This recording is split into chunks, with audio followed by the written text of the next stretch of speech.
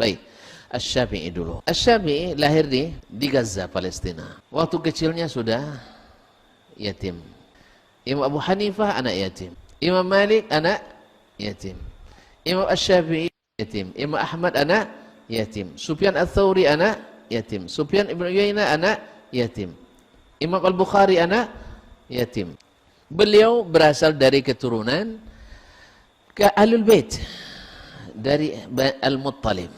Bertemu dengan Nabi SAW di di Muttalib.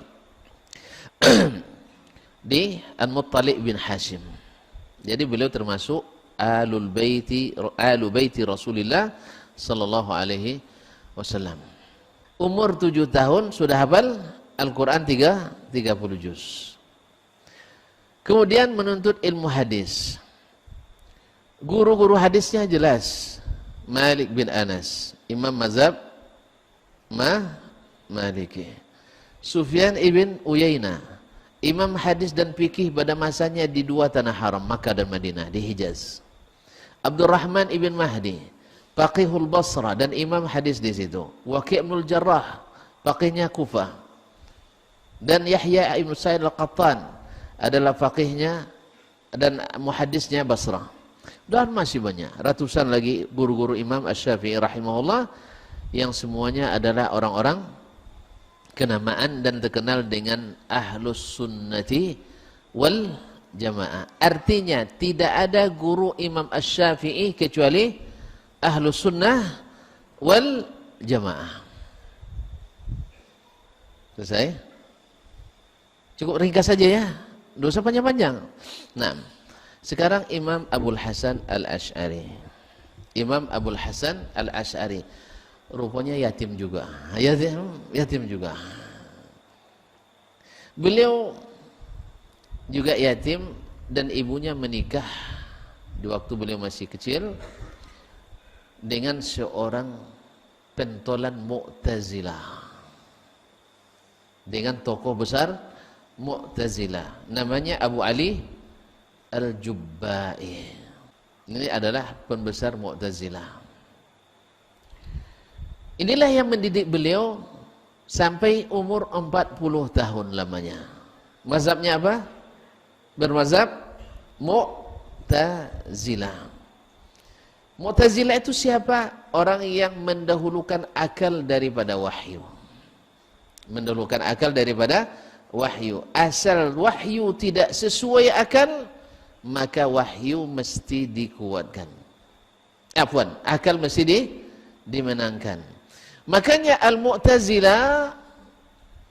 Mu'tazilah bersekukuh mengatakan Al-Quran itu makhluk. Apa sebab? Supaya mereka bisa mempertentangkan antara akal dengan Al-Quran. Supaya bisa mempertentangkan antara akal dengan Al-Quran. Kenapa? Al-Quran makhluk, akal makhluk, mendahulukan akal dari Al-Quran berdosa? Berdosa? Saya ulang lagi lah, subhanallah. Al-Quran bagi mereka makhluk, akal juga makhluk, bertentangan makhluk dengan makhluk. Saya dahulukan salah satunya, berdosa? Hah? Ikhtalafal ulama. Terjadi khilaf. Saya ulangi lagi. Al-Quranul Karim menurut orang Mu'tazilah adalah makhluk. Apa arti makhluk? Ciptaan Allah. Sebagaimana air ini ciptaan Allah, ini ciptaan Allah, semuanya adalah ciptaan kita, ciptaan Allah Subhanahu wa ta'ala. Akal ciptaan siapa? Ciptaan Allah. Bila bertentangan antara akal dengan Al-Quran yang kedua-duanya makhluk, lalu saya dahulukan akal yang ciptaan Tuhan, kata mereka, ciptaan Allah, dan Quran juga ciptaan Allah. Dosa? Khilaf lagi ya. Mendahulukan salah satu makhluk dari makhluk yang berdosa? Bagi mereka enggak. Karena ini juga makhluk. Tidak mungkin Al-Quran lebih kuat dari akal. Itulah pendek ceritanya bagi mereka. Tidak mungkin Al-Quran lebih kuat dari Akal, karena akal itu adalah membedakan yang baik dengan buruk dengan akal, menentukan yang hak dengan yang batil dengan akal. Akhirnya mereka banyak menolak ayat Al-Qur'anul Karim. Maka Al-Mu'tazilah di antara yang terkenal dari akidah mereka adalah tidak mengakui satu pun sifat Allah Subhanahu wa taala. Nama ada tapi tak ada sifat. Di antara nama Allah mereka akui Al-Alim, Maha mengetahui tapi tak mengetahui. Apa pula tu? Dia Maha mengetahui tapi tak ada ilmunya. Tak ada ilmunya. Ini masuk akal nih? Masuk akal? Inilah kan subhanallah ya. Orang yang, makanya saya selalu katakan orang yang terlalu memperturutkan akal seperti orang yang kehilangan akal. Allah maha kaya tapi tak ada kekayaannya. Allah maha pengasih tapi tak mengasihi. Allah maha penyayang tapi tak menyayangi. Allah maha besar tapi tak besar. Macam masuk akal? Tapi bagaimana Mu'tazilah masuk? Alasannya apa? Karena kalau kita akui dia itu besar, sama dengan makhluk mujassim kita. Itu tak ya? Ya kalau kita katakan dia punya kekayaan berarti sama dengan makhluk. Itulah dalil satu-satunya bagi mereka. Sehingga ayat yang dibacanya selalu laisa kamitslihi syai'un. Itu aja ayat akidah yang dipakai, yang lain tak dipakai. Kaum muslimin, ini fase pertama kehidupan Imam Abul Hasan Al-Asy'ari rahimahullah wa ghafara lahu. Wajarlah dari sejak kecil dididik oleh siapa? Oleh ayah tirinya. Sayang pula sama dia. Sayang pula sama dia sampai umur 40 tahun. Tapi Allah inginkan dia untuk kembali melihat dan membahas. Bertemu pula dengan Muhammad ibn Kullab Al-Mutakallim, seorang ulama ahli kalam. Tahu ilmu kalam? Ilmu kalam tahu? Yang terang jadi kalam baginya. Yang terang jadi kalam. Itulah ilmu kalam itu. Yang dah jelas jadi tidak jelas. Yang yakin jadi ragu. Yang teguh jadi bimbang. Itulah ilmu kalam. Nah, bertemu dia dengan Muhammad ibn Kullab Al-Mutakallim. Dari situ keluar dua orang murid yang paling menonjol. Satu Abu Mansur Al-Maturidi. Yang kedua adalah Abul Hasan alaihi ma rahmatullah. Kaum muslimin. Nah, ini fase kedua. Nah, ketika selesai dari mazhab Mu'tazilah, Imam Abul Hasan mengumumkan dia meninggalkan mazhab Mu'tazilah di mimbar Masjid Basrah. Dia mengatakan, saya tinggalkan mazhab Mu'tazilah dan tobat daripadanya. Baik. Nah, setelah itu dia pun mengembangkan ilmu Muhammad ibn Kullab dan banyak pula murid. Mereka waktu itu menganggap inilah mazhab yang paripurna. Yang paripurna karena menjembatani antara Mu'tazilah dengan Ahlus Sunnah.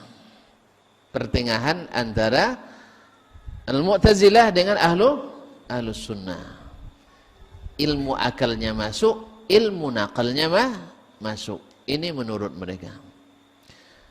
Sampai akhirnya Imam Abul Hasan Al-Asy'ari bertemu dengan murid-muridnya Imam Ahmad bin Hanbal, Imam mazhab Hambali. Disitulah akhirnya Imam Abul Hasan belajar ilmu hadis. Ilmu hadis. Yaitu bagaimana mazhabnya Ahlul Hadis memahami agama ini, baik akidah maupun ibadah atau fikih. Dalam fase inilah di akhir-akhir hayatnya beliau kembali ke mazhab as-salafus salih, yaitu dengan mengakui semua sifat yang Allah sebutkan dalam Al-Quran dan disebutkan oleh Nabi SAW hadisnya, sesuai dengan kelayakan dan kepantasan yang Allah miliki serta kesempurnaannya, tanpa menyerupakannya dengan makhluk dan tanpa memvisualisasikannya, karena Allah berbicara tentang dirinya dengan bahasa Arab yang mubin, bukan bahasa teka-teki silang. Bukan bahasa teka-teki silang. Bahasa Arab itu bilisanin Arabiyyun mubin. Nah, sekarang kembali ke antara Imam Abul Hasan Al-Asy'ari dengan Imam Asy-Syafi'i. Mana yang lebih terang sejarahnya? Imam Asy-Syafi'i atau Imam Abul Hasan Al-Asy'ari? Imam Asy-Syafi'i dari awal bersih sampai akhir. Sedangkan Imam Abul Hasan Al-Asy'ari pernah berkontaminasi dengan pemikiran. Menurut tuan-tuan, susah tidak membersih yang sudah terkontaminasi? Susah atau sulit? Dua-duanya. Susah dan sulit. Sama dengan kita mengaji ini, yang belum pernah ngaji sama sekali dapat Al-Quran dan hadis, alhamdulillah, dapat Al-Quran dan hadis. Amanna bima anzalallah, ya kan, kami beriman dengan apa yang Allah turunkan. Amanna bi Rasulillah, beriman kepada apa yang Rasulullah ini kan. Mereka beriman. Tapi kalau sudah ada masuk virus sebelumnya, akhirnya yang terjadi apa? Sulit masuknya. Itulah yang saya maksudkan tadi, subuhat lebih duluan masuk daripada ayat-ayat. Subuhat lebih masuk duluan daripada ayat-ayat. Sehingga walaupun sudah terang, tetap kambing walaupun terbang. Tetap kambing walaupun terbang. Tentu Anda pernah dengar kisah kambing terbang kan? Sudah? Sudah. Kambing terbang tidak pernah dengar. Ini bukan dongeng, ini cerita nyata ini. Cerita nyata. Ada dua orang berjalan di padang pasir masa jahiliyah dahulu. Dari kejauhan terlihat benda hitam. Benda hitam. Dari jauh. Akhirnya yang satu bilang itu adalah gagak. Yang satu bilang itu kambing. Itulah teka-teki ini. Kambing, gagak, kambing, gagak, kambing, gagak, bertengkar mereka.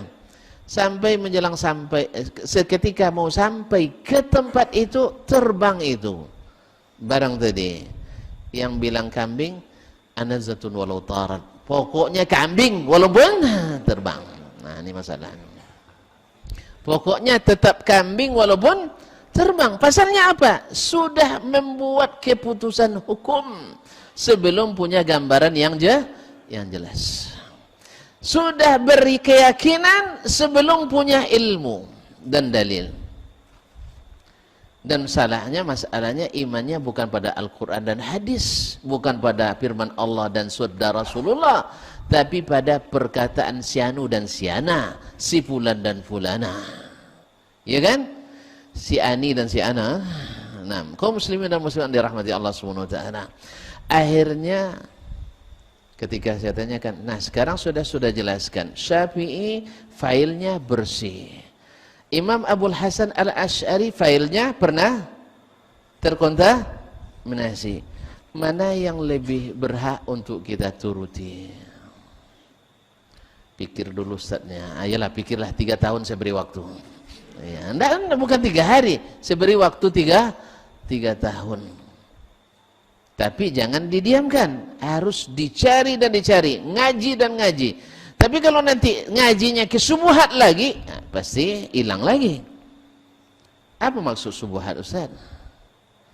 Yaitu hak yang bercampur dengan batil. Hak yang bercampur dengan batil. Kalau batil saja tidak dinamakan subuhat. Hak saja tidak sebut dengan subuhat. Kapan baru dinamakan subuhat? Kalau bercampur hak dengan batil. Bunyi yang dibacakan ayat Ar-Rahmanu 'alal 'arsyis tawa. Ayat juga dibaca. Rupanya sudah ditambah dengan satu waw dan lam. Lam yaitu jadi istaula. Ini subuhat apa ini subuhat atau apa ini? Subuhat enggak? Karena yang dipakai ayat. Yang dipakai ayat untuk mengatakan sebuah yang keliru. Pada Allah Subhanahu wa taala tak pernah menafsirkan istawa dengan istaula. Tak pernah dalam tafsir Al-Quran, hadis, tak ada kan ditemukan tafsirnya adalah istawa dengan mana? Istaula. Dipakai syair jahiliyah untuk sebagai penguatnya. Yaitu di antara makna istawa, maknanya adalah istaula. Mana lebih kuat Al-Quran atau syair jahiliyah? Mana yang kuat Al-Quran apa syair jahiliyah?